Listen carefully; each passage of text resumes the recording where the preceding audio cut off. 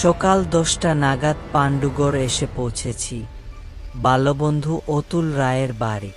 বেশ কয়েকটা বছর দুজনের কোনো যোগাযোগ ছিল না। কাল বিকালে হঠাৎই অতুলের ফোন পেলাম। স্কুলে গ্রীষ্মের ছুটি চলছে, তেমন কোনো কাজের চাপও নেই, তাই অতুলের প্রস্তাবে কোনো আপত্তি না জানিয়ে চলেই এলাম। এখানে পৌঁছে দেখি আমাদের কলেজ লাইফের আর এক বন্ধু সঞ্জুও আমন্ত্রিত হয়েছে। 3 বন্ধুতে অনেক ঘোরাঘুরি হলো। এখানে ঘুরে দেখার মতো অনেক কিছু রয়েছে। সন্ধ্যার কিছু আগে আমরা মহিপুর রাজবাড়ির সিঁড়ির সামনে এসে হাজির হলাম। 20-30টা সিঁড়ি ভেঙে রাজবাড়ির চৌকাঠে পা রাখতেই গার্ড ভম্বল সিং আমাদের সাথ দিল। তারই মুখ থেকে শুনলাম গাঁজাখুরি কিছু গল্প। এই সিংহ বংশীয় এক রাজা বিজয় প্রতাপ মারা গেছে প্রায় 100 বছর আগে, কিন্তু আজও নাকি তার আত্মা এবাড়ির আনাচে কানাচে ঘুরে বেড়ায়। আমি গার্ডকে জিজ্ঞাসা করলাম, জি আচ্ছা, রাজার পরিবারের কেউ এখানে থাকে না?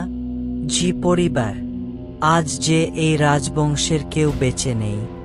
দূর সম্পর্কের যারা আছেন তারাও আসতে সাহস পায় না। যে সাহস পায় না মানে? সিংহ যে বললাম, রাজার প্রেতাত্মা।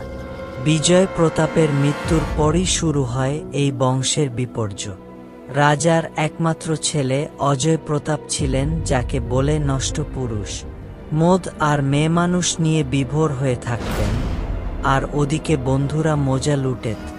রাজকোষ দিন দিন শূন্য হতে থাকে। রাজবাড়িটা একটা নোংরামির ঘাঁটিতে পরিণত হলো। বাজারে অনেক বদনামও করে ফেলল অজয় প্রতাপ। অবশেষে হঠাৎই একদিন তিনি খুন হলেন। খুনি ধরা পড়েনি বটে, তবে লোকে বলে সিংহ বংশের অবশিষ্ট সম্মানটুকু বজায় রাখার জন্য বিজয় প্রতাপের আত্মাই নাকি তার ছেলেকে খতম করেছে। আমি হেসে মন্তব্য করলাম, জি রাজার প্রেতাত্মা ওসব কিছু ন।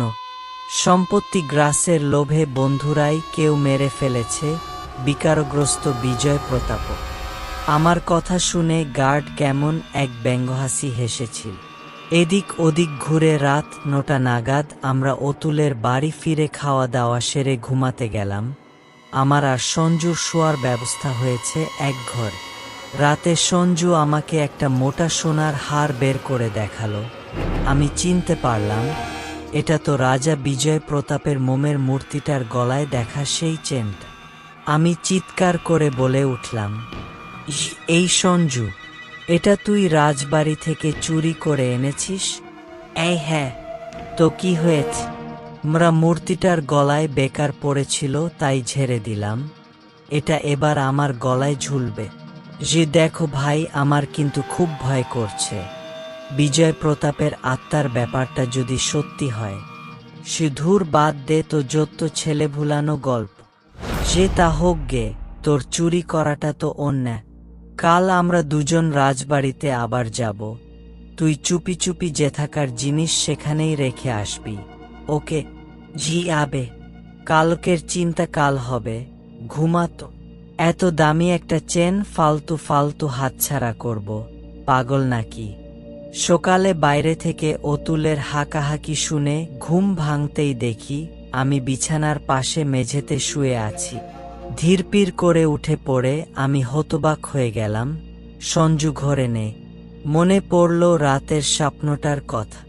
একটা বৃহৎ কালো বাদুড় জানালা দিয়ে ঢুকে হাড় ঝোলানো সঞ্জুর গলা কামড়ে ধরল, আর আমি ভয়ে বিছানা থেকে গড়িয়ে পড়লাম। তবে কি এ স্বপ্ন নয়? কিন্তু বন্ধ ঘর থেকে সঞ্জু গেল কোথায়?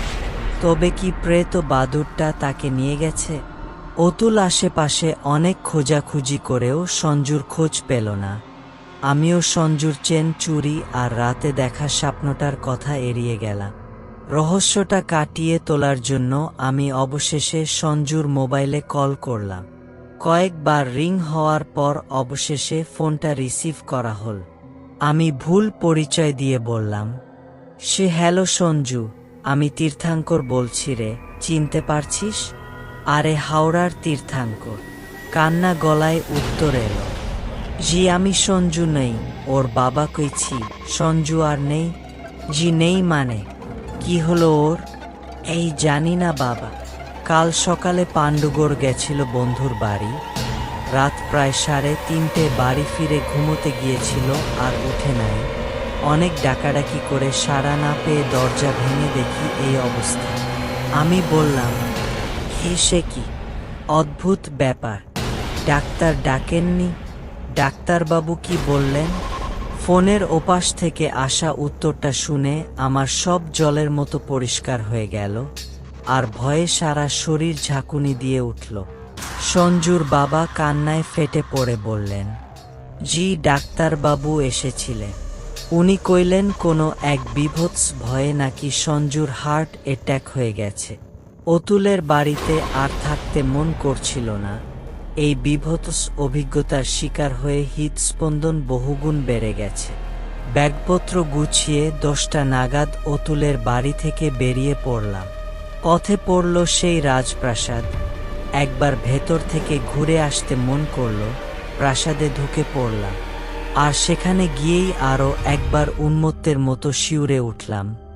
দেখলাম বিজয় প্রতাপের মোমের মূর্তিটার গলায় ঝুলছে দামি চকচকে সোনার সেই চেন্ট।